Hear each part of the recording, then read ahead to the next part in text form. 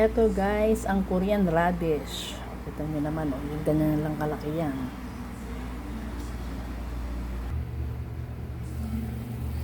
Eto na guys, ang ating pinakukuloang buto-buto. Sama na natin ang Korean radish para lumambot. O, eto naman guys, ang isa ko pang palayok. Eto ang aking ginagamit pag nagsisigang naman ako ng medyo maraming buto-buto.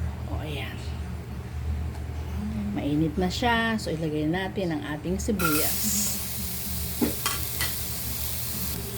Ayan guys, parang ginigisa natin ang sibuyas pero walang mantika. Ganyan ako kung magsigang. Sigang ng hipon, sigang ng isda, at sigang ng buto-buto. O, eto guys, lagay na natin ang ating kamatis.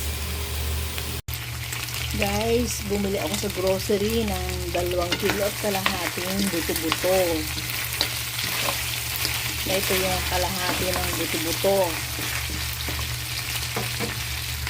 At ito naman yung kalahati. O, ayan, napakuluan ko na yan sa tubig. Tinapon ko ang pinagkuluan and then tinibigan ko ng bago. Isisigang ko naman ito. Ayan. Ganyan guys ang gagawin ko. At ito pala ay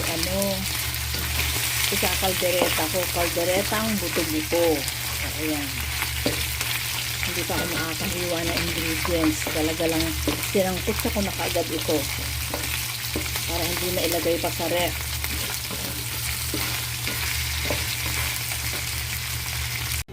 Ito na guys ang ating sinigang na buto-buto. Dito na natin tatapusin ang luto niya. Ayan.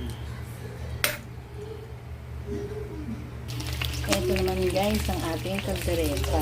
Ilagay natin ang sibuyas. Ilagay natin ang carrots at ang patatas. Ayan. Guys, ito ang sampalok na pinakuluan ko. Yung fresh na sampalok, pinakuluan ko, then dinurog ng ganito, then sasalain. Siya ang gagamitin kong pangpaasim sa sinigang na buto-buto.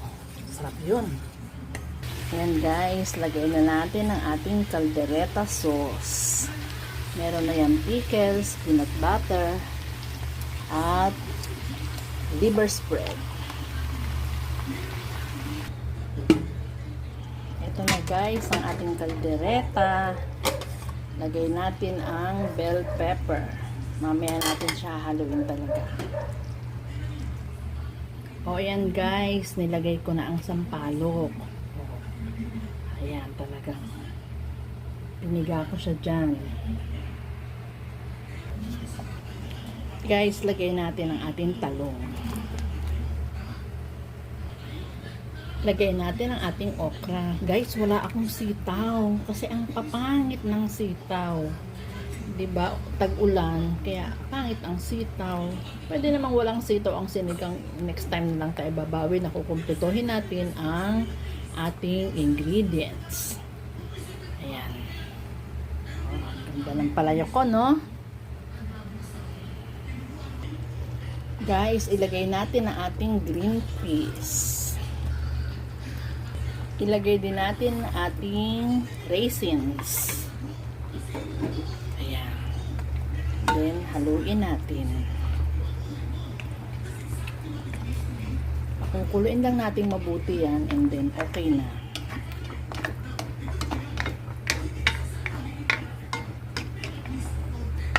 Yan guys, ito ang ating kalderetang buto-buto.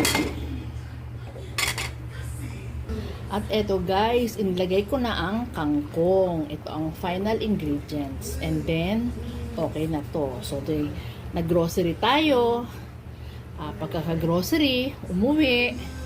And then, pag-uwi, inayos ang grocery, nagluto, at ito ang ating naluto sa ating ginrocery. Sinigang na buto-buto at kalderetang buto-buto. Sarap, ang bango. Okay, bye. Thank you for watching. See you next time.